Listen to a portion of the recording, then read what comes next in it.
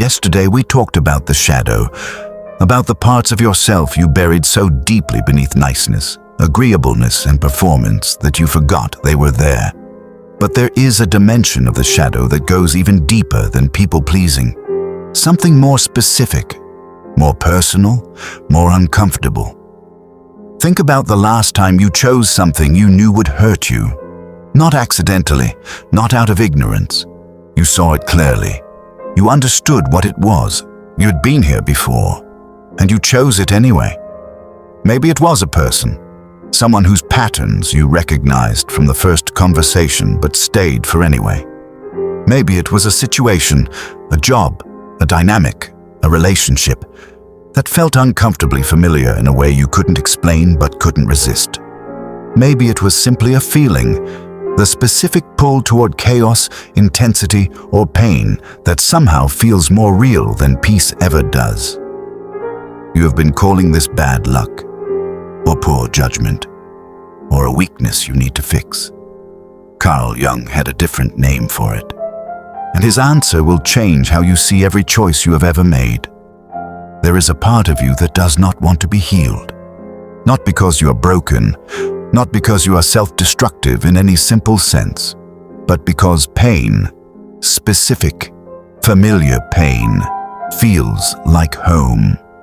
And the nervous system will always choose home over happiness. Think about what felt normal in the earliest environment you can remember. Not what was ideal, not what you would have chosen, simply what was consistent.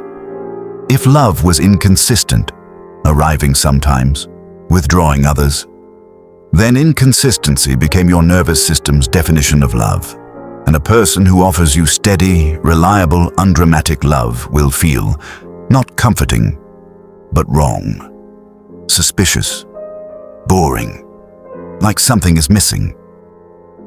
If chaos was the baseline, tension, unpredictability, the specific electricity of an environment that could shift at any moment, then calm will feel not like peace, but like the silence before something goes wrong. If you were needed in order to be valued, if your worth was measured by how much you could give, fix, or carry, then a relationship where you are simply loved without having to earn it will feel profoundly uncomfortable. Like you are waiting for the other shoe to drop. Your nervous system learned what love feels like, and it has been seeking that feeling ever since. Not the love that is good for you, the love that feels familiar. You're not choosing what is good for you. You're choosing what feels like home, and home was not always a safe place. This is the most important thing Jung ever said about human behavior, and he said it in the language of the unconscious. We do not repeat patterns because we enjoy suffering. We repeat them because repetition is the unconscious mind's attempt to finally get the ending right. Every time you choose the familiar pain, the unavailable person, the chaotic dynamic, the relationship that drains more than it gives, some part of you believes that this time will be different, that this time the love will stay, that this time the chaos will resolve into safety, that this time being needed will finally be enough. It never is, but the trying never stops, until you make it conscious. Jung inherited from Freud the concept of repetition compulsion, the unconscious tendency to recreate early painful experiences in adult relationships. But Jung took it further than Freud. He wasn't just interested in why we repeat. He was interested in what the repetition is trying to accomplish. Jung believed that the unconscious mind is not simply wounded, it is purposeful. It is always moving toward something, toward wholeness, toward resolution, toward the completion of something that was left unfinished in the earliest experiences of being human. When a child grows up in an environment where love is conditional, where safety is inconsistent, where being needed is the only reliable path to connection, the psyche does not simply record that experience and move on. It carries it forward as an unresolved question, and unresolved questions demand answers. So the adult who grew up in that environment finds themselves drawn, again and again, to situations that recreate the original dynamic, not because they are weak, not because they don't know better, but because the unconscious is still trying to answer the question that childhood left open. Can I finally make this work? Can I finally be enough? Can I finally get the love to stay? Jung called the force driving this the shadow's hunger, the part of the psyche that was never fully fed, never fully seen, never fully safe, never fully loved without condition, that keeps reaching outward into adult relationships for what it never received, and it reaches toward what is familiar. Because familiar, however painful, feels possible, while unfamiliar, however healthy, feels like a language the nervous system doesn't speak. This is the part nobody talks about. Most people understand, intellectually, that they have patterns. They can name the type of person they always end up with. They can describe the dynamic they keep recreating. They can see the pattern from the outside with devastating clarity. And still, they choose it again. Because understanding a pattern intellectually and changing it at the nervous system level are two completely different things. Your nervous system does not respond to insight, it responds to sensation. And the sensation of familiar pain, however destructive, registers in the body as comfort. While the sensation of healthy love, consistent, undramatic, genuinely safe, registers as anxiety. Think about the last time someone treated you well from the beginning. No games, no inconsistency, no intensity born of instability, simply steady presence, genuine care, reliable availability. Did it feel peaceful, or did it feel wrong? Did you find yourself waiting for something to go wrong, searching for the hidden flaw, creating distance before they could create it? Finding them somehow less interesting than someone who kept you guessing. That discomfort, that specific unease in the presence of genuine goodness, is your nervous system speaking. It is telling you that this doesn't match the template, that this isn't what love is supposed to feel like, that something must be missing. Jung was precise about this. What we call attraction is often recognition. We are not drawn to people who are good for us. We are drawn to people who are familiar to us. And familiarity was written in the earliest years of our lives, long before we had the language to understand what was being written. There is one more dimension of this that needs to be named directly. Pain is intense, and intensity, for a nervous system calibrated to chaos, feels like aliveness. When you have grown up in an environment where love was unpredictable, where you never quite knew when the warmth would arrive or withdraw, you developed a specific relationship with intensity. The relief when the love returned felt like joy. The anxiety when it withdrew felt like longing. The uncertainty in between felt like passion. And together, the relief, the longing, the uncertainty, created a biochemical experience that the nervous system learned to associate with love itself. So when you encounter someone who offers you that same cycle, warmth, withdrawal, uncertainty, relief, your nervous system does not say, "This is dangerous." It says, "This is love. This is what love feels like."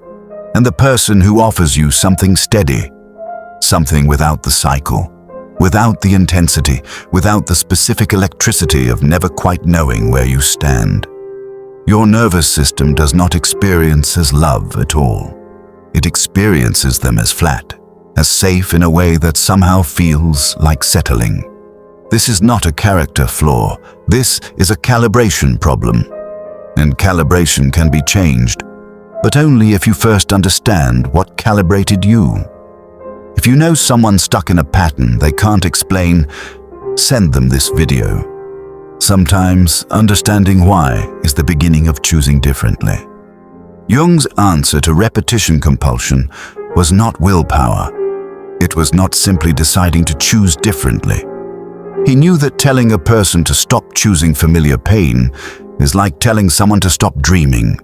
the instruction bypasses the mechanism entirely. His answer was consciousness, making the unconscious pattern visible, not just intellectually, but emotionally, physically in the body, so that the choice, when it arrives, is no longer made in the dark. Here is what that looks like in practice. The next time you feel the specific pull towards someone or something familiar, that magnetic, inexplicable draw that you have learned to call chemistry or connection or fate, pause, not to deny the feeling, but to ask it a question. What does this remind me of? Not who does this person remind me of, though that is worth asking too. But what does this feeling remind me of? What earlier experience in your life produced this exact sensation, this specific mixture of excitement and anxiety, of wanting and uncertainty, of feeling both pulled toward and slightly unsafe? When you can trace the feeling backward, when you can see the original template it was cast from, the pattern loses some of its power. Not all of it, not immediately, but some. Because the unconscious loses its grip the moment it is seen clearly.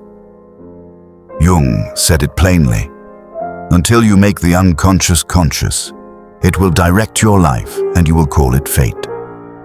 The work is simply this: stop calling it fate. Start calling it a pattern, and patterns, unlike fate, can be understood. And what can be understood can, slowly, be changed. The part of you that only loves what hurts is not your enemy. It is not evidence that you are broken or unworthy of something better. It is a child, the child you were, still trying to answer the question that was left open before you had the language to ask it properly. Still trying to make the love stay, still trying to be enough, still trying to finally get the ending right. That child deserves your compassion, not your contempt, not your frustration, not another decade of repeating the pattern while hating yourself for it. Your compassion. Because the pattern was never about weakness, it was about survival. And survival, however it expresses itself, deserves to be understood before it is asked to change. Jung spent his entire life arguing that the path to wholeness runs directly through the parts of ourselves we have been most afraid to look at.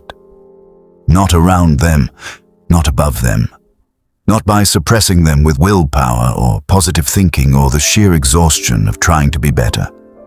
Through them, the part of you that only loves what hurts is asking you to look at it, not to indulge it, not to follow it into another familiar ending, simply to see it, to understand where it came from, what it was trying to protect, what question it has been trying to answer. Because the moment you can see it clearly, the moment you can hold it with understanding rather than shame, it begins, slowly, to loosen its grip. And for the first time in perhaps a very long time, you become free to choose something different. Not because the familiar no longer calls to you, but because you finally understand what it is calling you back to. And you can decide, consciously, freely, with full awareness, whether that is where you want to go. If you are the kind of person who would rather understand their patterns than spend another year repeating them, you belong here. Subscribe and join us every week. Think about the feeling you keep chasing in relationships. That specific intensity that always ends the same way. What did that feeling first feel like in your life? Before it became a pattern? Drop it in the comments. Just one thing. I read every single one. Next week we go somewhere unexpected. We're going to talk about why your intelligence might be the very thing making you miserable, and what Schopenhauer understood about the curse of thinking too deeply that most people spend their lives trying to escape. If you've ever felt that your mind is both your greatest gift and your heaviest burden, that video was made for you.